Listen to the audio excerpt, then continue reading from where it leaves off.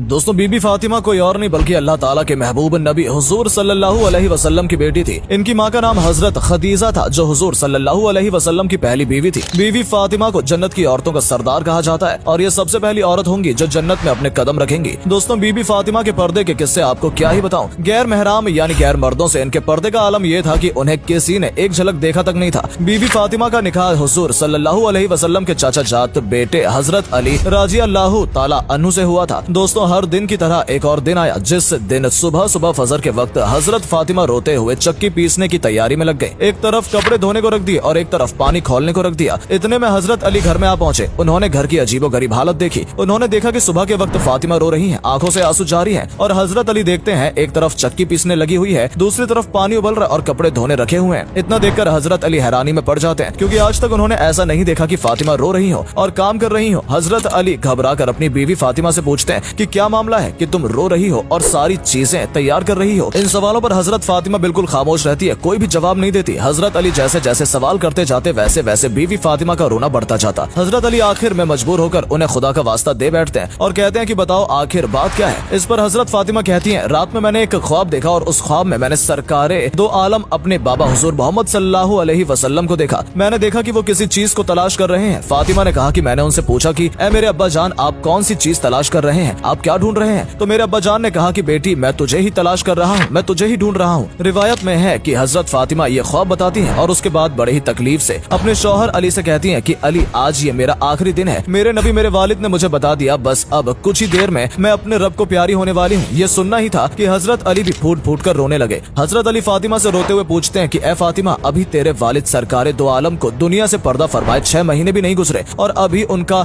गम ही सीने पर भारी है। तू ही बता कि तेरे जाने का बोझ मैं कैसे उठाऊंगा, मैं कैसे बर्दाश्त कर पाऊंगा तेरा गम। हजरत फातिमा ने कहा कि ए अली जैसे तुमने वालिद हजरत मोहम्मद सल्लल्लाहु अलैहि वसल्लम की वफात पे सब्र कर लिया था बस वैसे ही मेरे भी रुखसत होने पर खुद पे काबू कर लेना, वैसे ही सब्र कर लेना। दोस्तों इसके बाद धीरे धीरे हजरत फातिमा की तबीयत और बिगड़ने लगी, उन्हें बुखार चढ़ने लगा। वो चक्की पीस रही थी तो हजरत अली ने उनका हाथ पकड़ लिया और कहा कि बस करो आज तुम्हारा आखिरी दिन है, तुम हम सबको छोड़कर दुनिया से पर्दा करने वाली हो। ये चक्की पीसने, ये कपड़ा धोने, ये पानी गर्म करना, ये सब तकलीफ क्यों उठा रही हो। इस पे फातिमा रोने लगती है और कहती है कि मुझे तुम्हारा भी हक अदा करना है और मुझे मेरे बेटे हसन और हुसैन का भी हक अदा करना है। मैं दुनिया से चली जाऊंगी तो मैं चाहती हूँ कि मैं अपने आखिरी काम करते जाऊँ, मैं चक्की पीस कर जाऊँ, कपड़े धुल कर जाऊँ, अपने बच्चों को नहला कर जाऊँ ताकि मेरे इंतकाल के बाद तुम्हें किसी के सामने हाथ न फैलाने पड़े। रियावत में है कि हजरत अली फातिमा को खड़ा करते हैं और दोनों रो रहे होते हैं। इतने में दोनों बच्चे हसन और हुसैन आ जाते हैं। मेरे दोस्तों जरा सोचो उस माँ बाप पर क्या गुजर रही होगी जैसे इस बात का पहले से पता है कि ये उसके सामने उसके बच्चे की आखिरी झलक है। अब आज के बाद वो अपने बच्चों को दोबारा न देख सकेगी। हजरत फातिमा अपने दोनों बच्चों को सीने से लगा लेती है। हजरत अली को रोता देख, हजरत फातिमा को रोता देख उन दोनों बच्चों को रहा नहीं गया और वो भी रोने लगे। रोते हुए दोनों बच्चों ने अपनी माँ से पूछा कि आप क्यों रो रही हैं। अपने अब्बा को रोता देख उनसे भी पूछा कि आप क्यों रो रहे हैं। अली ने कोई जवाब नहीं दिया, फातिमा ने भी कोई जवाब नहीं दिया। बस फातिमा ने अपने दोनों बच्चों को इशारा किया कि तुम दोनों मेरे वालिद अपने नाना हुजूर मोहम्मद सल्लल्लाहु अलैहि वसल्लम के कब्र पर ले जाओ। ये सुनते ही फौरन दोनों बच्चों ने माँ की बातों का मान रखा और कब्र पे चले गए। दोस्तों जैसे वो मासूम और हकीकत से अनजान बच्चे अपनी माँ को छोड़कर कब्र पे पहुंचे, जैसे ही कब्र पे जाकर खड़े हुए कब्र के अंदर से मेरे नबी की आवाज उनके कानों में पड़ गई। नबी ने कहा कि ए मेरे नवासों तुम अपनी माँ के पास चले जाओ, मेरे पास तो तुम बाद में भी आ सकते हो लेकिन आज आखिरी दिन है, इसके बाद तुम्हें अपनी माँ का चेहरा नजर नहीं आएगा। ये सुनना ही था कि दोनों मासूम बच्चे रोते हुए दौड़ते दौड़ते घर पर आ पहुंचे और देखा कि माँ भी रो रही है, बाप भी रो रहा है तो सीधे आकर माँ को गले लगा लेते हैं। धीरे धीरे वक्त गुजरकर शाम को आ पहुंचा। हजरत फातिमा का बुखार और बढ़ जाता और अब उन्हें एहसास होने लगा था कि अब उनका वक्त बिल्कुल करीब है। हजरत फातिमा का बुखार अपने जोर पर था, बिस्तर पर लेटी हुई थी। तब वो अपने शौहर हजरत अली राजी अल्लाह ताला अन्हु को करीब में बैठाती हैं और कहती हैं कि मैं 3 बातें तुम्हारे सामने रखती हूँ। पहली बात वो हजरत अली से कहती हैं कि मुझे मालूम नहीं कि तुम्हारे निकाह में आने के बाद मेरी वजह से तुम्हें कितनी तकलीफें हुई हैं, तुम्हें कितनी ही मुश्किलों का सामना करना पड़ा होगा। वो अपने शौहर से दरख्वास्त करती हैं कि अल्लाह के वास्ते मुझे मेरी वफात से पहले माफ कर दे ताकि कयामत के वक्त मुझे मेरे नबी के सामने रुस्वा न होना पड़े, मुझे मेरे वालिद के सामने जलील न होना पड़े। इस पर अली की चीखें निकली और रोते हुए फातिमा के सर पे हाथ फेरा कि तू गम मत कर, तू नबी की बेटी है और माफी तो मुझे मांगनी चाहिए कि मैं तेरा हक अदा नहीं कर सका। अली एक लंबी सांस लेते हैं और फिर कहते हैं कि मुझे मालूम है कि जब से तुम मेरे निकाह में आई हो तुम्हें 2 वक्त की रोटी भी नसीब नहीं हुई है। इतने में हजरत फातिमा अपनी दूसरी बात बोल पड़ती है कि ए मेरे शौहर मेरे बाद तुम्हें जिस भी औरत से निकाह करना हो कर लेना। उसके बाद अपने प्यारे बच्चों की तरफ निगाह करके कहती हैं कि अली चाहे जिससे निकाह करना लेकिन एक रात मेरे बच्चों के साथ भी गुजारना क्योंकि ये अभी बहुत छोटे और मासूम हैं, ये अपना अच्छा बुरा वक्त नहीं समझ सकते। जब ये बालिग हो जाए तो उन्हें अल्लाह के हवाले कर देना। अब तीसरी बात दोस्तों बीबी फातिमा की ये थी कि हजरत फातिमा फरमाती हैं, ऐ मेरे शौहर अली, जब मेरा इंतकाल हो जाए तो किसी को न बुलाना। इस बात पे हजरत अली हैरान होकर पूछने लगते हैं कि फातिमा आखिर ऐसा क्यों, मैं नबी की बेटी के जनाजे में आखिर क्यों किसी को न बुलाऊं। तब हजरत फातिमा रोने लगती हैं और कहती हैं कि मेरे नबी ने मुझसे कहा था कि बेटी पर्दे में रहना, मैंने अपने वालिद की बात को पूरा कर लिया, पूरी जिंदगी में किसी मर्द ने मेरे बदन को नहीं देखा, और अली मैं चाहती हूँ कि मेरे मरने के बाद कोई मेरे बदन को ना देखे। इसके बाद जहरा फातिमा ने बस कुछ आखिरी अल्फाज अपनी जबान से बयान किए। उन्होंने कहा कि ए अली, आज मैंने रोजा रखा है। तो हजरत अली ने जब वजह पूछी तो फातिमा ने फरमाया कि मेरे वालिद और अल्लाह के नबी ने ख्वाब में मुझसे कहा था कि बेटी सहरी अली के दस्तरखान पे कर लेना और इंशाअल्लाह इफ्तार यहाँ मेरे दस्तरखान पर होगा। बस ये जुमला कहते ही कलमा पढ़ते हुए हजरत जहरा फातिमा जन्नत की औरतों की सरदार दुनिया से पर्दा कर लेती है। जैसे कि फातिमा ने कहा था कि रात में मेरा जनाजा उठेगा ताकि किसी को पता न चले, तो हजरत अली अपने बेटों के साथ और हजरत अबूजर दिफारी रजी अल्लाह ताला अन्हु के कंधा दिया। ये हजरत अबूजर वो था जिसे अल्लाह ने खासकर कंधा देने के लिए भेजा था। दोस्तों, हजरत फातिमा के आखिरी पल हम सबके लिए सबक था। दोस्तों, जब फातिमा को कब्र के अंदर उतारा जाने लगा तो हजरत अबूजार से हसन, हुसैन और